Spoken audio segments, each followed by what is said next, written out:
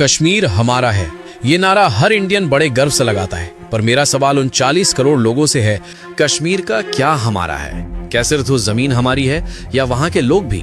और अगर लोग हमारे हैं तो पिछले 70 सालों से वहां इंडिया मुर्दाबाद के नारे क्यों गूंज रहे थे? आज बात सिर्फ बॉर्डर की नहीं होगी, आज बात होगी उस इंटरनल कॉलोनियलिज्म की जो जम्मू और कश्मीर के बीच एक जहर बनकर घुल चुकी है। हम बात करेंगे उस जम्मू की जिसे कश्मीर के नाम पर सदियों से बलि चढ़ा दिया गया। हमने हमेशा देखा कि दुश्मन बॉर्डर के उस पार है, पर क्या हमने कभी अपने भीतर झांका? क्या हमने देखा कि कैसे जम्मू के हक को मारकर एक ऐसी इकोसिस्टम खड़ी की गई जो सिर्फ देश विरोधी ताकतों को पालते रही? आज पर्दा उठेगा उस ग्रैंड डिसेप्शन से जिसने जम्मू और कश्मीर को एक ओपन वूंड बनाकर रखा है।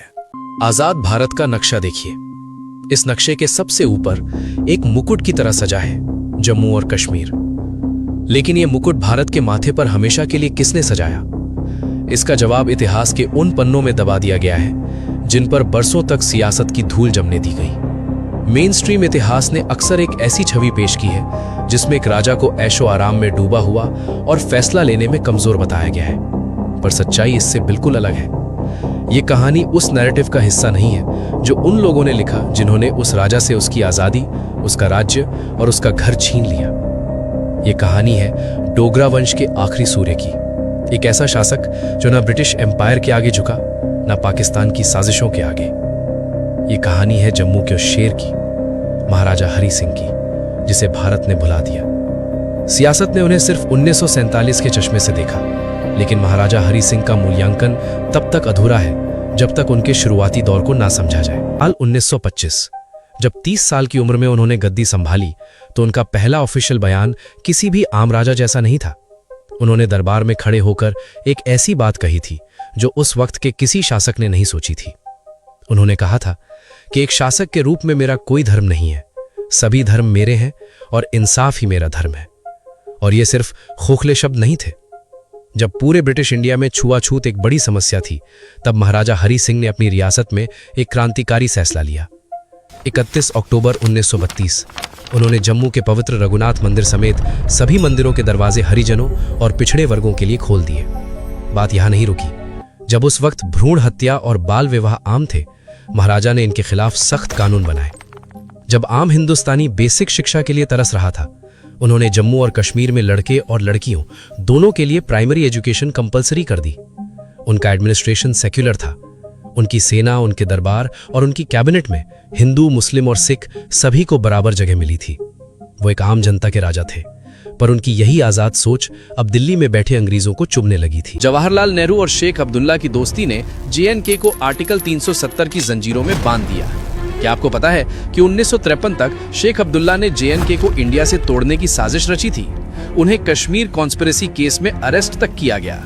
जिस नेता को हमने शेर कश्मीर कहा, उसने JNK में ड्यूअल सिटीजनशिप और अलग झंडे की नींव रखी। उसने जम्मू के डोगरा हेरिटेज को मिटाकर एक कश्मीर ओनली नैरेटिव सेट किया। ये धोखा 1947 से ही शुरू हो गया था और हम इसे इतिहास की किताबों में छुपाते रहे। JNK के नाम पर हमेशा कश्मीर की बात होती है, पर जम्मू जिसने 1947 से लेकर आज तक कभी आजादी के नारे नहीं लगाए, उसे बदले में क्या मिला? सिर्फ निग्लेक्ट। कई दशकों तक स्टेट बजट का 70% से ज्यादा हिस्सा सिर्फ वैली में खर्च होता रहा।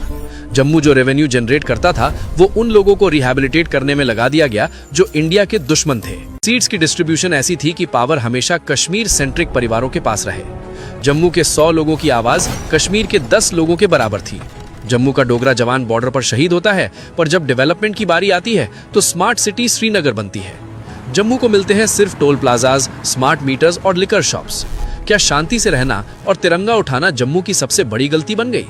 क्या हमने जम्मू को सिर्फ इसलिए बनाए रखा है ताकि हम दुनिया को दिखा सके कि हम सेक्युलर हैं? जब तक जम्मू का हक कश्मीर की अपीजमेंट पॉलिटिक्स में बलिदान होता रहेगा, तब तक असली न्याय नहीं होगा। 19 जनवरी 1990, दुनिया इसे एक्सोडस कहती है, मैं इसे एथनिक क्लेंजिंग और जेनोसाइड कहता हूं। उस रात बर्फ गिरती थी पर दिमाग में आग लगी थी। मस्जिदों से ऐलान हो रहे थे, रलिव, गलिव या चलिव, कन्वर्ट हो जाओ, मर जाओ या भाग जाओ। औरतों को निशाना बनाया गया। क्या ये किसी फ्रीडम मूवमेंट का हिस्सा था? नहीं, ये मजहब के नाम पर किया गया कत्लेआम था। सब कहते हैं JNK हमेशा से डिस्प्यूट था। गलत। इतिहास के पन्नों को पलटिए। 15 अगस्त 1947 को महाराजा हरि सिंह ने स्टैंड स्टिल अग्रीमेंट का प्रस्ताव रखा था। वो JNK को एक आजाद, neutral Switzerland of the East बनाना चाहते थे। उनका सपना था एक ऐसी जगह जहां हिंदू, मुस्लिम, सिख और डोगरा मिलकर रहें बिना किसी देश के दबाव के। लेकिन पाकिस्तान की नीयत में खोट था। 22 अक्टूबर 1947 पाकिस्तान ने ऑपरेशन गुलमर्ग लॉन्च किया। कबायलियों ने मुजफ्फराबाद और बारामुल्ला में जो कत्लेआम किया, वो इंसानियत का सबसे काला दिन था। हजारों बेगुनाहों का खून बहा, औरतों की इज्जत लूटी गई। 26 अक्टूबर 1947 जब दुश्मन श्रीनगर के दरवाजे पर दस्तक दे रहा था, तब महाराजा ने इंस्ट्रूमेंट ऑफ एक्सेशन साइन किया। ये वही लीगल डॉक्यूमेंट था जो बाकी 560 से ज्यादा रियासतों ने साइन किया था। मैं जम्मू से था, जहां की हवा, जहां का माहौल बिल्कुल अलग था, पर दुनिया मुझे एक ही कहानी का हिस्सा मान चुकी थी। चलिए थोड़ा डिटेल में समझते हैं कि ये एंड इतना बड़ा क्यों है। ज्योग्राफी और कल्चर का फर्क देखिए। एक तरफ है जम्मू, दुग्गर प्रदेश। ये एक धार्मिक और कल्चरल हब है। यहाँ की पहचान डोगरी भाषा से है। यहाँ गर्मियां महाराष्ट्र या पंजाब जैसी होती है। यहाँ मंदिरों की एक लंबी लड़ी है, इसलिए इसे सिटी ऑफ टेम्पल्स कहा जाता है। माता वैष्णो देवी का दरबार यही है, जहाँ हर साल करोड़ों लोग आते हैं, पर शायद उन्हें भी नहीं पता होता कि वो जम्मू की मिट्टी पर खड़े हैं। और दूसरी तरफ है कश्मीर वैली। वो एक अलग दुनिया है। सूफियाना तहजीब, कश्मीरी जबान और ऐसी वादियां जो आपका सांस रोक दे। वहां की ठंडी हवा, बर्फ और ऊंचे पहाड़ एक अलग ही सुकून देते हैं। जम्मू के लोग ज्यादातर प्लेन्स और हिल्स के मिक्स में रहते हैं, जबकि कश्मीर एक बोल्ड शेप्ड वैली है जो चारों तरफ से पहाड़ों से घिरी है। जब मैं महाराष्ट्र गया एक गवर्नमेंट स्कॉलरशिप के थ्रू कॉलेज पढ़ने, तब मुझे पहली बार समझ आया कि बाहर की दुनिया के लिए मेरी पहचान क्या है। नया शहर, नए दोस्त। जब भी कोई मिलता, सबसे पहला सवाल होता, भाई कहां से हो? जैसे ही मैं कहता मैं जम्मू एंड कश्मीर से हूं, सामने वाले की आंखों में अचानक एक अजीब सा एक्सप्रेशन आता था, एक मिक्स डर का और थोड़ी हमदर्दी का। लोग मुझसे पूछते, ओ कश्मीर से हो भाई, वहां तो बहुत आतंकवाद होता होगा। क्या तुमने कभी असली गन देखी है? क्या तुम्हारे घर के बाहर हमेशा आर्मी रहती है? मैं हैरान रह जाता था। किसी ने मुझसे ये नहीं पूछा कि जम्मू कैसा है। किसी ने ये नहीं जानना चाहा कि मैं कश्मीर से हूं भी या नहीं। उनके लिए JNK का मतलब सिर्फ कश्मीर था, और कश्मीर का मतलब सिर्फ कॉन्फ्लिक्ट। अब आते हैं उस मुद्दे पर जो हमेशा हेडलाइंस में रहता है, आतंकवाद। जब मैं महाराष्ट्र में था, लोग मुझसे ऐसे सवाल करते थे जैसे मेरी पूरी जिंदगी सिर्फ इसी के आसपास घूमती हो। सच यह है कि आतंकवाद में कश्मीर को बहुत गहरा जख्म दिया है, इससे इनकार नहीं किया जा सकता। कई परिवारों जुड़े, कई सपने खत्म हुए। लेकिन दोस्तों, ये सिर्फ 10% कहानी है। न्यूज चैनल्स आपको बाकी का 90% कभी नहीं दिखाते। वहां के आम लोग हेडलाइंस नहीं है, वो आपकी और मेरी तरह है। एक कश्मीरी पिता भी अपने बच्चे को स्कूल भेजते वक्त वही फिक्र करता है जो एक मुंबई का पिता करता है। वहां के नौजवान भी स्टार्टअप्स खोलना चाहते हैं, UPSC क्लियर करना चाहते हैं, रील्स बनाना चाहते हैं। वो सिर्फ विक्टिम या अग्रेसर नहीं है, वो इंसान है जो अमन चाहते हैं। और जम्मू ने हमेशा एक प्रोटेक्टर और एक रेफ्यूज की तरह काम किया है। जब भी वैली में हालात खराब होते हैं, जम्मू सबका स्वागत करता है। ये बैलेंस ही है जो इस स्टेट को जिंदा रखे हुए है। इतना सब होने के बाद भी हर साल टूरिज्म के सारे रिकॉर्ड्स टूट जाते हैं। क्यों? क्योंकि यहाँ की खूबसूरती हर डर से ज्यादा पावरफुल है।